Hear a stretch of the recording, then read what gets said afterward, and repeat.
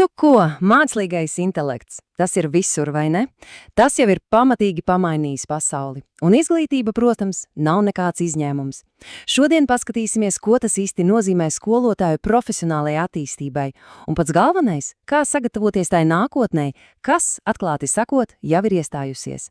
Jā, tā vairs nav nekāda zinātniskā fantastika. Mākslīgais intelekts ir kļuvis par tādu pašu ikdienas rīku kā kalkulators vai Google. Skolēni to jau aktīvi lieto. Viņi ar to pilda mājas darbus, gatavojas eksāmeniem. Un tas, protams, mums pedagogiem liek uzdot to lielo jautājumu, ko tagad, kā uz to visu reaģēt. Un lūk, te mēs nonākam pie pirmajām lielajām krustcelēm. Vai tagad ir jāskrien pa katram jaunam mākslīgā intelekta rīkam un jāmēģina to apgūt? Godīgi sakot, nē. Izrādās, patiesais izaicinājums ir daudz dziļāks. Runa ir par pilnīgi jaunas pamatprasmes veidošanu. Tādas prasmes, kas palīdzēs orientēties jebkurās tehnoloģiskajās pārmaiņās, lai arī kas nāktu nākamais. Labi, bet lai apgūtu šo jaunu prasmi, vispirms ir vērts kritiski palūkoties uz to, kā mēs esam mācījušies līdz šim, jo, kā izrādās tās ierastās profesionālās pilnveidas pieejas, tās šajā jaunajā realitātē vairs vienkārši nedarbojas. Visi taču zinām to sajūtu, vai ne? Vienas dienas kursi, varbūt kāds seminārs ārpus skolas, iegūstam iedvesmu, pierakstam pilnas klādes, bet tad atgriežamies klasē, un viss paliek pa vecam. Arī pētījumi to skaidri un gaiši apstiprina. Šādas, teiksim, ātrās apmācības ļoti reti pārtop reālā paliekošā praksē. Tā ir tāda iedvesma bez īskas ietekmes. Un te mēs to atšķirību redzam ļoti uzskatāmi. Kreisajā pusē ir tas vecais modelis, vienreizējs, teorētisks, atrauc no reālās skolas dzīves. Tas ir kā tāds viens izolētais zobrats, kas griežas tukšgaitā. Bet labajā pusē efektīvā pieeja. Tā ir kā vesela sistēma, kur viss ir savstarpēji saistīts.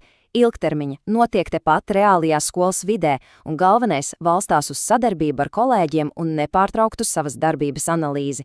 Tā ir milzīga atšķirība starp pasīvu klausīšanos un īstu aktīvu mācīšanos. Tātad, ja vecās metodes neder, kas tad ir jaunais mērķis? Un, manuprāt, šī ir iespējams pati svarīgākā doma visā šajā stāstā. Mūsu fokusam ir jāmainās. Prom no mēģinājumiem apgūt katru konkrēto rīku uz kaut ko daudz fundamentālāko, uz jauna domāšanas veida attīstīšanu. Un kas tad īsti ir šī pielāgošanās spēja? Būtībā tā ir drosme. Drosme nepārtraukti mācīties, drosme eksperimentēt un, protams, drosme analizēt savu darbu. Un to darīt pat tad, kad liekas, ka tehnoloģijas mainās ātrāk, nekā mēs spējam tām izsekot līdzi. Tas ir kā tāda universāla atslēga, kas noderēs vienmēr, neatkarīgi no tā, kāds būs nākamais populārais mākslīgā intelekta rīks. Labi. Teorija skan lieliski, bet kā to visu īstenot praksē? Tagad apskatīsim pāris ļoti konkrētas stratēģijas, kas palīdz šo pielāgošanās spēju reāli veidot. Viens no iespējams jaudīgākajiem veidiem ir profesionālās mācīšanās kopienas, jeb saīsināti PMK. Un nē, uzreiz jāsaka, tā nav vienkārši neformāla pasēdēšana skolotāja istabā pie kafijas tases. Tas ir ļoti strukturēts, mērķtiecīgs darbs grupās, un tas viss balstās uz vienu vienkāršu ideju. Kopā var iemācīties daudz vairāk nekā katrs atsevišķi. Bet ko tad īsti dara šajās kopienās? Ļoti vienkārši. Skolotāji regulāri sanāk kopā, lai analizētu reālas situācijas no savām stundām, lai dalītos pieredzē gan par to, kas izdevies, gan, protams, par to, kas netik ļoti, un tad kopīgi meklē jaunus risinājumus. Un kas ir forši? Mūsdienu digitālie rīki, piemēram Teams vai kopīgi Google dokumenti, ļauj šādām grupām strādāt ļoti efektīvi arī attālināti, pat sadarbojoties starp dažādām skolām.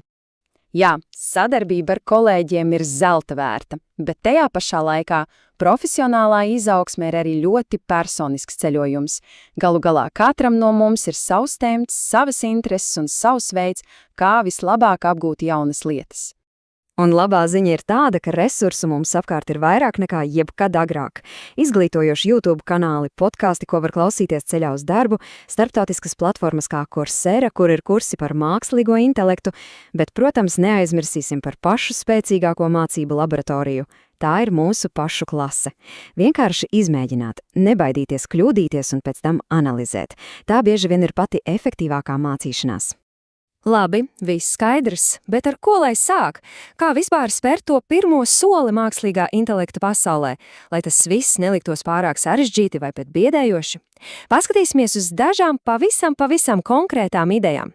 Lūk, daži pavisam vienkārši sākuma punkti. Var, piemēram, palūgt ChatGPT vai Claude ģenerēt idejas stundas plānam, vai izmantot Canvas iebūvētos mākslīgā intelekta rīkus, lai dažu sekundžu laikā radītu kādus vizuālus materiālus, vai varbūt pat izmēģināt kādu no īpaši skolotājiem radītiem rīkiem, piemēram, magicschool.ca, kas var būt fantastisks palīgs ikdienā. Pats galvenais ir sākt ar kaut ko mazu. Un te ir tas pats galvenais padoms – nav jāapgūst visu uzreiz. Pieeja ir neticami vienkārša. Pirmais solis – izvēlēties tikai un vienīgi vienu rīku. Otrais solis – apņemties to pamēģināt savā darbā 1 mēnesi. Un trešais, ļoti svarīgais solis – pēc mēnesa apstāties un padomāt, kas izdevās, kas bija noderīgs, un tikai tad lemt, ko darīt tālāk. Bet, lai cik drosmīgs un apņēmīgs būtu viens atsevišķs skolotājs, ir jāsaprot, ka īstas pārmaiņas nevar notikt izolācijā. Ir vajadzīgs vēl kaut kas tāds kā pamats, bez kura pat labākās individuālās iniciatīvas var vienkārši apsīkt. Un tas ir par skolas kultūru kopumā.